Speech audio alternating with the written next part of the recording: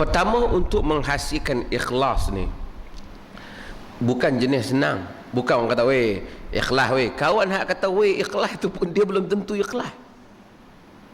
Ustaz hak mengajak ikhlas tu pun belum tentu ikhlas. Dia ikhlas tuan-tuan, ikhlas dengan saya tuan-tuan, main dengan kuliah saya. Cuba tuan-tuan tak saya bagi duit dia ngajak ngak. Terkena 3 kali dia pun tak ikhlas ya. Saya bukan kata tak saya bagi, boleh bagi, tapi nak cari ikhlas ni bukan senang, bukan senang. Ikhlas satu benda yang susah. Sebab tu manusia kena mujahadah. Manusia kena berjihad untuk mendapatkan ikhlas. Sehingga dia berbuat sesuatu benda yang terlintas dalam kepala dia Allah Ta'ala, walaupun sebenarnya dia was-was ni akan mai. Kata Al-Imam Al-Zahabi, kami masa baru-baru mengaji Islam, menuntut ilmu hadis, nuntut kerana orang sikit, ramai orang duk tuntut kami mengaji, tapi lama-lama duk doa-doa kat Tuhan, dapat juga lah ikhlas ni. Tutera imam besar dia cerita susah nak dapat. Sebab tu Al-Imam Al-Ghazali, saya sebut Imam Ghazali semalam, Al-Imam Al-Ghazali rahimahullah, walaupun kita ada kadang-kadang ada beberapa pandangan dia yang kita berbeza dan beberapa, tetapi Al-Imam Ghazali dalam Ihya dia menyerang habis-habisan golongan ulama. Sebab tu dia lama ke ulama suruh dia kata pok-pok ni, dia kata pok-pok ni penuh dengan sombong. Pok-pok ni penuh dengan sombong, mengajak sombong, pandangan dia sombong. Jadi aku tahu, aku lama dah duduk jawatan tu. Imam Ghazali dia kira masa zaman dia he one of the best scholar masa zaman dia. So dia perlu duduk jawatan yang hebat. Lepas tu dia tinggal jawatan dia. Yalah macam-macam kontroversi tentang dia. Dia tinggal jawatan dia, tinggal kedudukan dia sebagai ulama besar pada zaman tu, bawa penyapu dia pergi sapu masjid Dimash. 2 tahun duduk sapu masjid tu, dia kata dia nak cari ikhlas. Nak cari ikhlas. Tak apalah, itu kemara dia. Nak ada orang kritik dia kerana dia tak terlibat dalam peperangan salib dan seumpamanya. Tak apa, itu antara dia dengan Allah Ta'ala.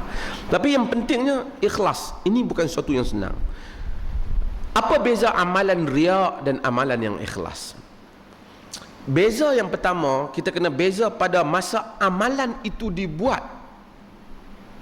Ini disebut oleh Ibn Rajab Al-Hambali dalam Al-Jawami'ul Kalim. Bila amalan tu dibuat, kalau kita masa kita buat tu kerana Allah Ta'ala, lepas buat tu kerana Allah Ta'ala, tiba-tiba mari mana kau hang bagus, kau tengok dia main semacam. Lepas tu member pula duk tengok hang lah ni lain lah. Dia kacau kita. Kata Ibn Rajab, pahala tak hilang, tapi kalau riak tu naik tinggi, dia kurang. Dia boleh kurang. Sebab masa kita bagi itu memang lillahi ta'ala, tak ada kerana mereka ni. Mereka ni main kacau kemudian, ataupun syaitan main bisik kemudian. Kita tak kerana mereka. Pahala kita dapat, cuma dia mengurangkan pahala. Tapi kalau kita istighfar, kita minta ampun, Allah Ta'ala kembalikan pahala kita yang sebenar, dan dia lipat kali gandakan kerana kita berjuang untuk itu. Tetapi ada benda yang sama sekali kita tak dapat pahala. Masa kita bagi itu memang bukan kerana Allah Ta'ala. Hak tadi bagi kerana Allah Ta'ala, kemudian riak tu mai kemudian. Dia kacau kita. Kita duduk semayang elok dah dalam masjid, lillahi ta'ala.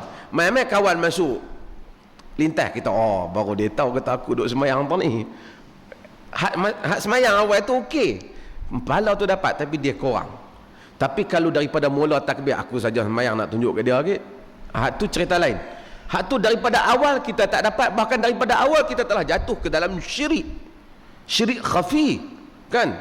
Yang tu haram, dan kita yang ni berdosa, yang ni perlukan taubat, yang tadi juga taubat kerana lintasan, tapi dia sebenarnya asasnya betul gangguan.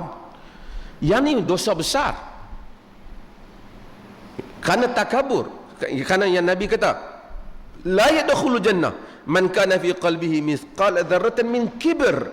Tak masuk syurga orang yang ada sebesar habuk dalam jiwa dia takabur. Jadi ini ada riya, sum'ah yang daripada awal tujuan dia tak betul.